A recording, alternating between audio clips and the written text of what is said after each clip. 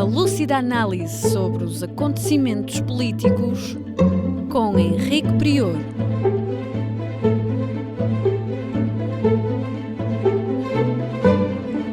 Política impura, na Rádio Transforma. Sejam bem-vindos a mais um programa Política impura na Rádio Transforma e na Revista em Comunidade. Peço-vos para partilharem o programa, para subscreverem o canal, que é muito importante para este projeto de liberdade e é fácil e gratuito. E ainda para baixarem o aplicativo da Rádio Transforma. Inevitavelmente falaremos da guerra na Ucrânia. E falaremos da verdade daquilo que está a acontecer e da mentira que é espalhada sobre a realidade do que se passa. Infelizmente, já foi dito repetidamente que aquilo que é morto em primeiro lugar numa guerra é a verdade. E nós vemos que, efetivamente, a verdade, sobretudo aqui no Ocidente, através dos meios de comunicação ocidentais, os europeus não têm direito à verdade. Aquilo que se passa é uma autêntica lavagem cerebral para colocar as pessoas de acordo com uma realidade, muitas vezes realidade virtual e invocadamente moral, sobre aquilo que se está a passar. Mas há que procurar fontes. E, inclusivamente, procurar fontes dentro mesmo daqueles que são favoráveis à versão ocidental. Eu estou a referir-me particularmente ao New York Times, reconhecidamente um jornal de referência ligado ao Partido Democrata e à versão democrata e americana desta guerra na Ucrânia. E o New York Times, ao contrário dos meios de comunicação ocidentais que dizem que a Ucrânia está a vencer a guerra, o próprio New York Times reconheceu que as coisas estão a correr mal para a Ucrânia. E se houvesse algo que nos dissesse que há um indicador importante sobre se está a correr mal ou se está a correr bem, esse indicador é a cotação do rublo no mercado internacional. O rublo já esteve a $1,85 rublos, pois hoje está a $1,58 rublos e $1,60 e poucos euros. A cotação mais baixa do euro em relação ao rublo, ou a cotação do rublo mais alta em relação ao euro, desde sempre. Ora, seria muito estranho que, estando a Rússia a perder esta guerra, o rublo se estivesse a valorizar. Portanto, duvidamos muito da versão ocidental. E duvidamos, nomeadamente, a partir da narrativa que foi lançada sobre a rendição dos soldados do batalhão da Azov. Mas não só dos soldados do batalhão da Azov, vamos falar um pouco disso, em Azovstal. Finalmente, depois de algumas tentativas de libertar esses soldados, com um helicóptero abatido e um barco também da Ucrânia abatido, o governo da Ucrânia desistiu de libertar os soldados da siderurgia do Azovstal e finalmente aceitou a rendição deles. Claro que os meios ocidentais dizem que não foi uma rendição. Foi uma estratégia da própria Ucrânia que os manteve lá durante muito tempo para depois reagrupar as tropas noutros lugares. E daí que, por exemplo, Kharkiv neste momento já tenha sido retomada e a região de Kharkiv já tenha sido retomada pelas tropas da Ucrânia. Isto é uma narrativa que não tem o mínimo de correspondência com a realidade. Repare-se, efetivamente, as tropas da Ucrânia retiraram de Kharkiv. E retiraram não tanto porque isso foi alcançado através de grandes combates, mas por retirada das próprias forças russas que se voltaram, sobretudo, para o Donbass. Neste momento existem imensas bolsas de soldados ucranianos que estão cercados por soldados russos em várias regiões do Donbass e o exército russo está apostado em liquidar essas bolsas da resistência ucranianas no Donbass. Depois da resistência dessas bolsas ucranianas no Donbass ser eliminada, como foi através da rendição em Azovstal, o exército russo vai virar-se para a região do sudoeste da Ucrânia, que pode ligar o Donbass e a Crimeia à Transnistria. Isto é, claramente a intenção de Putin é retirar o acesso ao mar à Ucrânia e tomar Odessa e fazer nessa região ou uma província, uma nova região da Rússia, ou uma região independente sob o protecionismo russo. Protecionismo que, obviamente, a Rússia lhe dará, como está a dar à Transnistria, com a presença de soldados na Transnistria ali entre a Moldávia e a Ucrânia.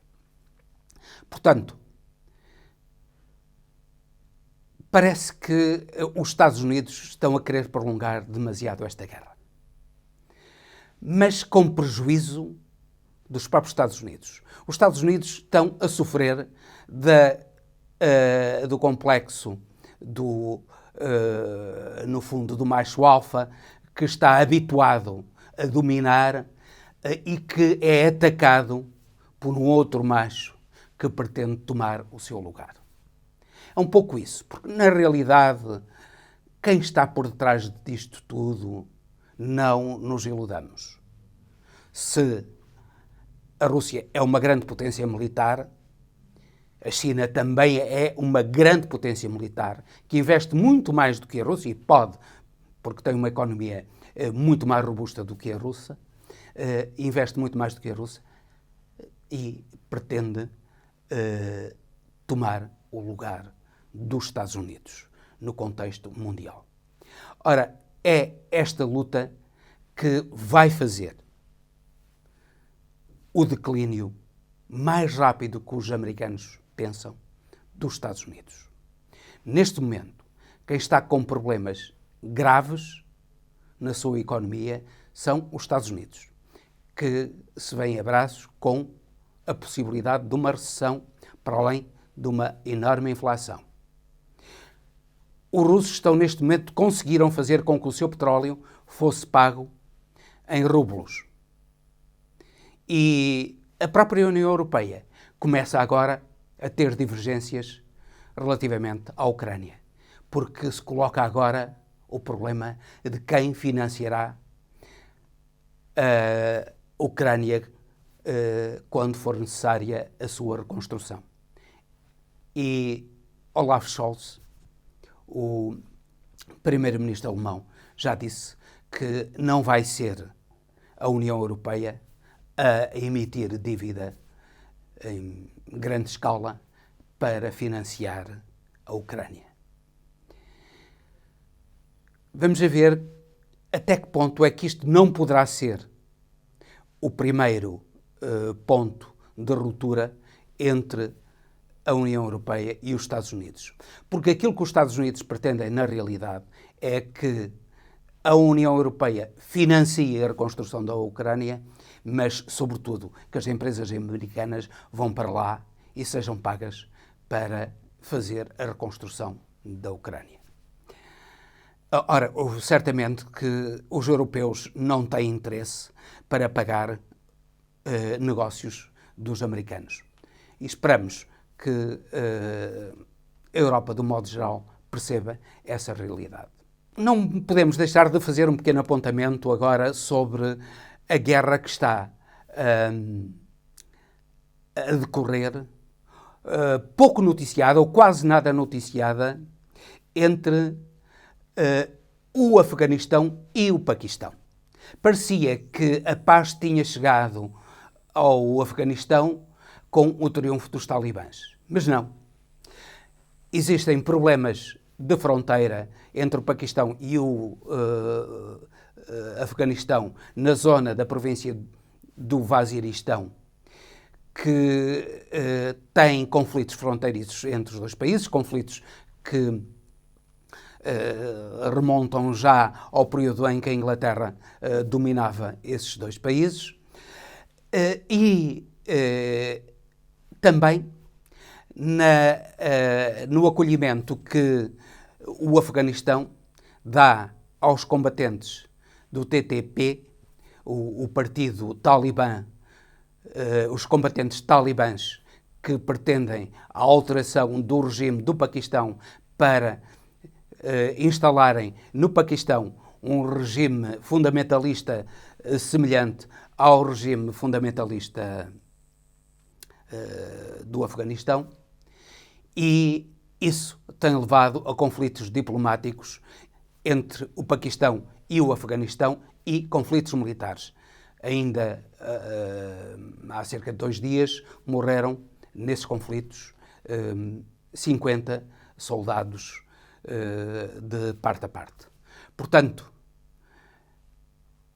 infelizmente, o povo afegão, para além da fome, volta a confrontar-se com um conflito com o Paquistão. Infelizmente também, as Nações Unidas parece que não conseguem fazer nada nesta guerra devastadora para a desgraçada população do Afeganistão. Finalmente, falaremos do Brasil.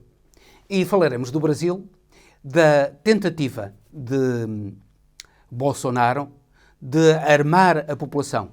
Agora, Bolsonaro faz um apelo ao armamento geral da população, diz que servirá para a defesa suplementar ao aparelho militar do Brasil. Ora, no fundo, aquilo que ele pretende é armar as milícias para que,